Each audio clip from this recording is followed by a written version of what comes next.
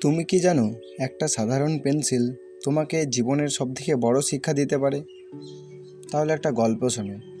একদিন একটা ছোট্ট ছেলে তার দাদুর সামনে পেন্সিল নিয়ে খেলছিল। তার দাদু বলল, এই পেন্সিলটা তোমার জীবনের মতো, জানো? ছেলেটা অবাক হয়ে তার দাদুকে জিজ্ঞেস করলো, কেন দাদু?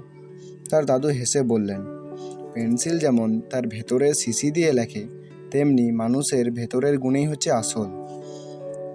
পেন্সিলে ভুল করলে যেমন রাবার দিয়ে মুছে ফেলা যায়, তেমনি জীবনে ভুল হলেও তা ঠিক করা যায়। পেন্সিলকে যতবার সানানো হয় ততই ধারালো হয়। মানুষও যতই কষ্টের মধ্যে দিয়ে যায়, মানুষ ততই শক্তিশালী হয়ে ওঠে। ছেলেটা চুপ করে গেল।